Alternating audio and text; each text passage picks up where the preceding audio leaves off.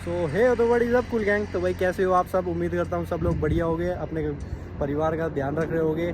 तो सबसे पहले सभी को राधे राधे। तो भाई चलो आज का ब्लॉग करते हैं शुरू। आज का ब्लॉग अपने बाइक के ऊपर होने वाला है। तो भाई लोकेशन आप लोग देख सकते हो। अब आप सोच रहे हो कि बाइक कहाँ है, तो बाइक मेरे जस्ट सामने है, दिखा देता हूँ। ये देखो। तो भाई ये अपनी बाइक है। तो आज अपन इसका रिव्यू करने वाले हैं, कैसे क्या हिसाब किताब है। सारी अच्छाइयाँ बुराइयाँ जो भी हैं, जो भी मुझे अभी तक समझ में आई है, वो सारी आपके साथ में शेयर करते हैं। तो चलो शुरू करते हैं इस व्लॉग को। पहले तो भाई अपना व्यू देख लो, है ना, किस हिसाब से कैसी लगती है आगे से, फ्रंट और बैक। ये देख लो भाई, जिस हिसाब से दिखाना आ रहा है उस हिसाब से दिखा रहा हूँ। ये देखो भाई, बाकी इसकी साइड लुक देखो, बिल्कुल फुल स्पोर्टी बाइक लगती है, फुल स्पोर्टी। और ये कुछ इससे इसका पीछे का हिसाब किताब है। ये देखो, ये मैंने आपको दे दिया बाइक का पूरा 360 व्यू। तो चलो भाई अब शुरुआत कर लेते हैं। सबसे पहले आपको इसका मीटर कंसोल दिखा देता हूँ। ये मेरी बाइक कितनी चल चुकी है, ये देखो। ये मेरी बाइक चल चुकी है 11,000, अब दिख रहा होगा शायद तुम्हें, 11,586। फोकस कर ले, देखो। अब मेरी बाइक चल चुकी है 11,586 किलोमीटर नेट नेट, है ना। नेट मेरी बाइक इतनी चल चुकी है अभी।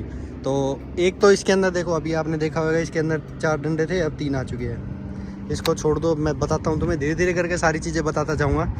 तो सबसे पहला जो रीज़न है मेरा इसके अंदर, सबसे पहले जो इसकी मुझे दिक्कत लगी, सबसे पहले बुराइयों से ही बात कर लेते हैं। सबसे पहली दिक्कत है इसकी भाई, आगे वाला हैंडल जो है इसका बबलिंग मारता है। अब वो मुझे नहीं पता वो क्यों मारता है, क्या प्रॉब्लम है क्या नहीं है। बाकी मैंने कंपनी वालों से जब बात करी थी इसके लिए, तो इन्होंने, हालांकि मेरा अगला वाला, मेरा ये आगे वाला अलाई व्हील भी उन्होंने चेंज किया, लेकिन फिर भी वो जो मेरी प्रॉब्लम थी वो सॉर्ट आउट नहीं हो पाई है। तो पहला तो ये है, अभी भी है इसके अंदर, लेकिन अब माइनर सी है, इतनी पता नहीं चलता, लेकिन है फिर भी इसके अंदर। सेकंड, इसके अंदर जो है मेरे इसके फ्यूल टैंक के अंदर जो मीटर होता है इसका, जो फ्यूल पंप बोल लो उसको, चाहे कुछ भी बोल लो, वो दिक्कत करता है। मेरे मीटर के अंदर कभी भी जो फ्यूल है, फ्यूल वो पूरा नहीं दिखाता है, हमेशा वो फ्यूल कम ही दिखाता चला जाता है, कम ही दिखाता चला जाता है, कम ही दिखाता है। तो ये मेरा चेंज भी हो चुका है, पहले एक बार मेरा ये चेंज हो चुका है, लेकिन फिर भी अभी तक भी ये ठीक नहीं हुआ। थर्ड ये है, मैंने अपना ये टायर देखो चेंज करवाया हुआ है, आपको दिख रहा होगा। पीछे से लुक दिखा देता हूँ इसकी, ऐसी कुछ लुक आती है इसकी। इतना उठा हुआ टायर है, हाई प्रोफाइल टायर लगवाया है मैंने इसके अंदर। थर्ड की ये थोड़ा सा उठा रहा है, ऑफ रोडिंग वाला टायर है इसके, देख सकते हो कितने अंदर तक है इसकी गुड्डी, मतलब खतरनाक ही टायर लगता है। ओरिजिनल वाला जो आता है उससे तो काफ़ी सही है, बहुत बढ़िया लगता है ओरिजिनल वाले से। तो ये मेरा सेकंड डे या थर्ड डे के अंदर ही मेरे टायर के अंदर कट लग गया था, जो कंपनी से आता है। तो कंपनी वालों की तरफ से कोई रिस्पॉन्स नहीं था। उनको मैंने कहा कि ऐसे ऐसे मेरे टायर के अंदर कट लग चुका है, तो उनका कोई रिस्पॉन्स नहीं था, उनका ज़ीरो रिस्पॉन्स था।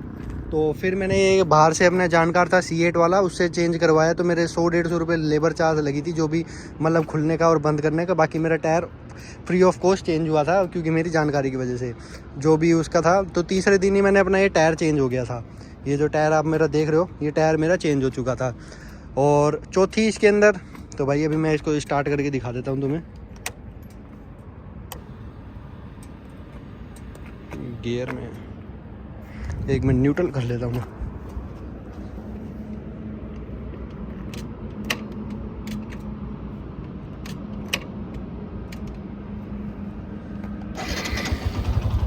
देखो अब तुम्हें इंजन नॉइस आ रही होगी, अरे बढ़िया आ रही होगी। और देखो, ध्यान ढंग से सुनना।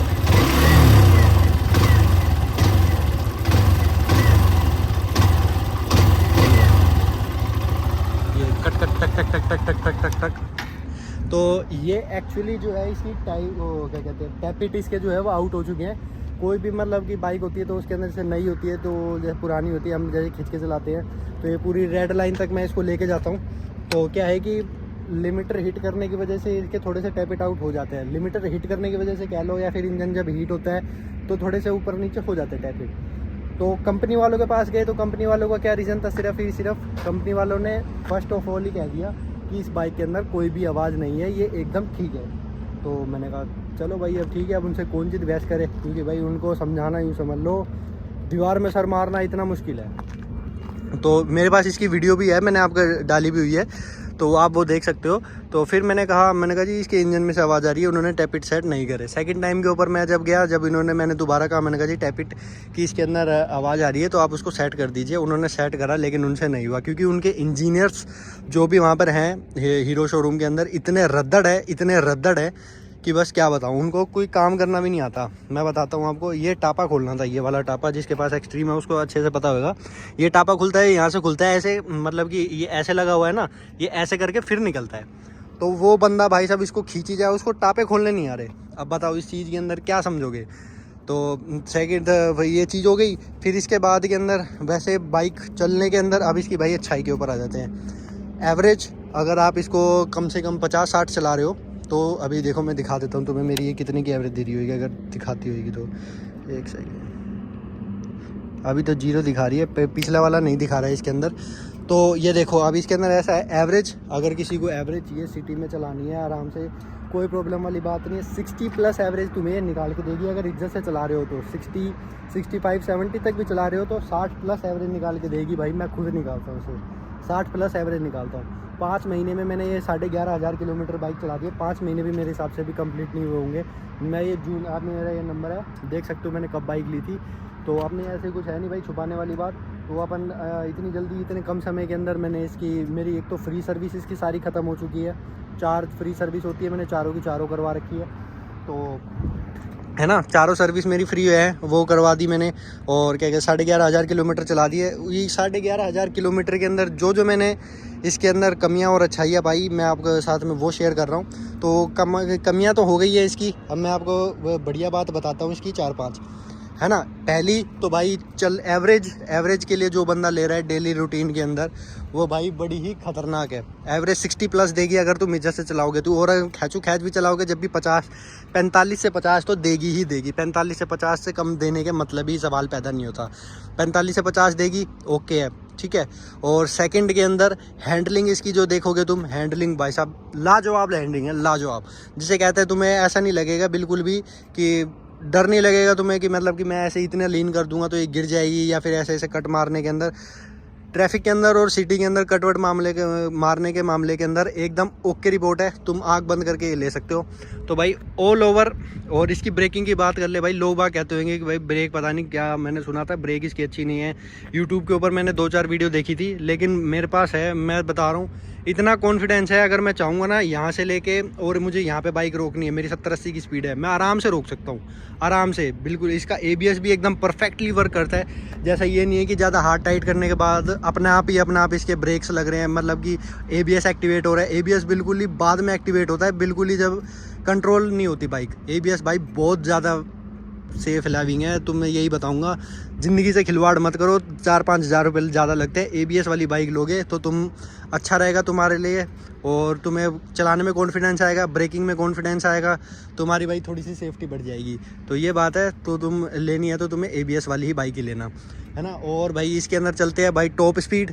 तुम चलाओगे जब तुम्हें फील होगा, इतना टॉर्की इंजन है ना, मतलब कि पहले गियर के अंदर ये ऐसे एक टायर के ऊपर उठने की वो होती है इसकी, है ना, बड़ा मज़ा ही आ जाता है। मतलब 2nd-3rd गियर तक तो ओके काम करती है, एकदम रॉकेट की तरह जाती है जिसे कहते हैं। और भाई 5th गियर के अंदर इसकी टॉप स्पीड जो है 117 है, 118 भी है, कभी कभी चले जाती है, लेकिन लिमिटर हिट हो जाता है इसका। तो टॉप स्पीड जो है इसकी 117 है। 117 ये बिल्कुल आँख बंद करके, बिल्कुल इसके लिए तो यूँ समझ लो ऐसी चली जाती है। यूँ नहीं है कि टाइम ले रही है इतना, भाई मेरी तो टाइम लेती नहीं है। तुम्हें चाहो तो कभी तुमने देखा भी होगा वीडियो के अंदर, इतना टाइम नहीं लेती। 110 to 113 तो ऐसी ही चली जाती है, बाकी तो फिर थोड़ा सा टाइम लेती है। लेकिन 110 से 113 या 14 तक बिल्कुल प्यार से जाती है, एकदम रॉकेट की तरह जाती है। 105 मेरे हिसाब से 105 जाती है ये 4th गियर के अंदर, बिल्कुल रॉकेट की तरह जाती है। तो भाई भगाने के मामले में, ब्रेकिंग के मामले में और लुक्स के मामले में, जिसको लुक्स चाहिए, भगाना चाहिए, एवरेज चाहिए और ब्रेकिंग बढ़िया चाहिए, तो भाई आंख बंद करके इस बाइक के ऊपर ले सकते हो। ये मैं उस टाइम के ऊपर, जब अभी तो GST के रेट कट डाउन हो गए, 1,13,000 कुछ की आ रही है। जब मैं लेके आया था ये 1,20,000 रुपये कुछ की थी, 1,20,000 रुपये की थी जब मैं ये लेके आया था। तो भाई मेरे तो पैसे वर्थ इट है इसके ऊपर। मैं तो नहीं समझता कि इस प्राइस रेंज के अंदर अगर मैं और कोई सी बाइक लेता तो वो मुझे इतने मज़े देती और या इतना ही मुझे माइलेज मिल पाती, इतने ही लुक्स मिल पाते। बाकी मेरा ये हेलमेट है, आप देख रहे होगे भाई, जब चलते हैं ना इसके ऊपर लगता है कि हाँ भाई जा रहे हैं, कोई ठीक ठाक काम है। यूँ नहीं है छपरी सा अपना नहीं आता अपने भाई, राइडिंग गियर्स पहन के चले। मेरे ये ग्लव्स रखे हैं ताकि गिर भी जाए तो भाई तुम्हारी सेफ्टी सबसे फर्स्ट है। तो और भाई बाकी इसकी देखो चैन के अंदर भी मैं इसकी चैन की भी खासियत बताना चाहूँगा। जैसे तुम्हें लग रहा है, ये देखो इसकी चैन है ना, बिना चैन कवर हुए हुए भी पूरी कवर्ड है। ये देखो यहाँ से ये पूरी, इतना पानी इसके अंदर नहीं जा पाता है और ये बढ़िया रहती है। यूँ भी नहीं है कि भाई थोड़ी सी ड्राई होने के बाद में खटखट करती हो, कुछ भी नहीं करती, बिल्कुल प्यारी चलती है। बस एक बार इसके अंदर ल्यूब कर दोगे, 500-700 किलोमीटर चलने के बाद थोड़ा सा ल्यूब करने के बाद ओके चलती है, कोई प्रॉब्लम नहीं आती है इसके अंदर।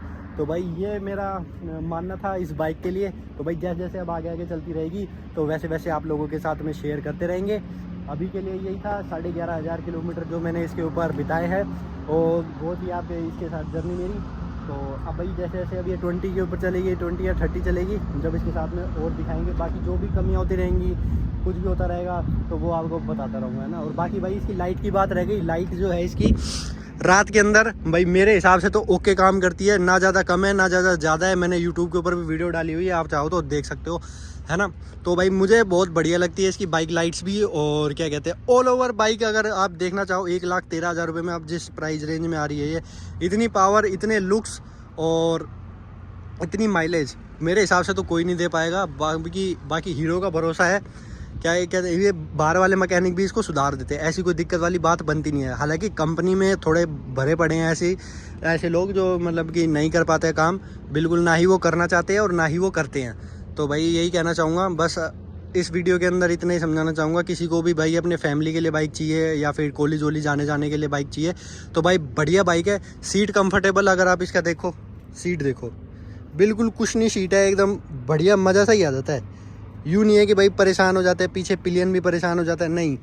आप लॉन्ग राइड के ऊपर इसको 100-150 किलोमीटर तो आप एक स्ट्रेच के अंदर बिल्कुल प्यार से चला सकते हो। वैसे कोई दिक्कत नहीं आती इसके अंदर कि भाई दिक्कत बन रही हो या और कुछ। बढ़िया चलती है एकदम, भागती भी बढ़िया है। 70-80 के ऊपर क्रूज़ करोगे तो आपको बिल्कुल ऐसा महसूस नहीं होगा कि भाई हाँ इंजन के अंदर दबाव आ रहा है या और कुछ है। बढ़िया, मतलब एकदम मक्खन चलती है, मक्खन मलाई। तो भाई बाकी बस अब के लिए इतना ही। आगे अगर इस बाइक के अंदर कुछ भी चीज़ आती है वो सारी चीज़ आपके साथ में शेयर करेंगे। तो भाई चलो आज की वीडियो में बस इतना ही, अपने बाइक के साथ के अंदर अपना ब्लैक कैट। तो भाई अब चलते हैं, दूसरे वीडियो के अंदर मिलेंगे अगर और कुछ नहीं आएगा तो चलो, जब तक के लिए सबको राधे राधे।